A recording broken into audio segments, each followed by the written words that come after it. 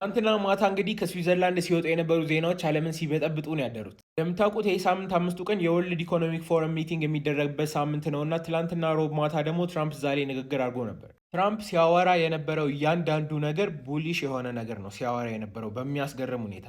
በዛ ላይ ደግሞ ወሩን ሙሉ ካስፈራራቸው በኋላ ግሪንላንድን ለመውሰድ በጉልበት አልሄድም ብሏል። በጉልበት ካልሆነ በስምምነት ካልሆነ እንዴት ሊሆን እንደሆነ እኔ አላቅም። እሱ ብቻ እንዳይመስላችሁ የሀገር መሪዎችን በስም እየጠራ ግማሹን እያሞገሰ ግማሹን ደግሞ እያዋረዳቸው ነበር። ለምሳሌ የእኛም ፕራይም ሚኒስተር ዶክተር አብይን አንስቶ በጣም ጥሩ ሰው ነው፣ ጠንካራ መሪ ነው ሲል ነበር። ተቃራኒ ደግሞ የፈረንሳዩን ፕሬዚዳንት ኢማኑኤል ማክሮንን አንስቶ እዚህ ጋር በለበሰው መነጽር ምክንያት ሲተርበው ነበር። የቁም ነገሩ ስንመለስ የትላንትናው ንግግሩ ባልተለመደ ሁኔታ ማርኬቱን በከፍተኛ ሁኔታ ነበር ሲያንቀሳቀስ የነበረው። ይህም በሚያስገርም ሁኔታ የዚህ ሳምንት መጀመሪያ ላይ የተፈጠረውን ያ ግድንግድ ጋፕ በአንድ ትንፋሽ ነበር ፊል ያደረገው ያያችሁ ካላችሁ። እዚኛው በኩል ደግሞ ስናይ የአውሮፓ ህብረት ፓርላማ በአሜሪካ ላይ በከፍተኛ ሁኔታ እየተወያዩ ነው። አውሮፓ ህብረት ባይዞ ትኩረቴን የሳበው የሰውዬ ነው። ፊዲያስ ይባላል እና ዩቲዩበር ነው።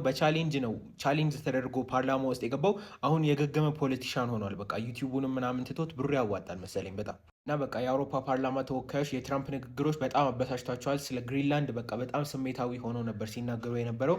ንግግሮቻቸው የሚገርሙ ናቸው። ማንኛውም የወርልድ ኢኮኖሚክ ፎረም ዛሬም አለ እስከ ነገም ስለሚቀጥል አቴንሽን ስጡት። ተጨማሪ ደግሞ ኢትዮጵያ የራሷን ገንዘብ እዚሁ ሀገር ውስጥ ፕሪንት ማድረግ ትጀምራለች የሚለውን ዜና እንደ መጥፎ ሲቀባበሉት አይቻሉ ሰዎች። እኔ እንዴት እንዳሰባችሁት አላውቅም፣ ግን እዚህ አንዷን ወረቀት ፕሪንት ለማድረግ የሚያስወጣንን ዶላር እዚሁ ሀገር ውስጥ ብናስቀረው የምናተርፈውን ነገር ማሰብ ትችላላችሁ። ለዚምባብዌ እንሆናለን ምናምን የምትሉ ኮመንት መጻፍ ግዴታቸው አይደለም። ሀገር ውስጥ ፕሪንት እናደርጋለን ያልነው እንጂ ዝም ብለን ከመጠን በላይ ፕሪንት እናደርጋለን አይደለም ያለው።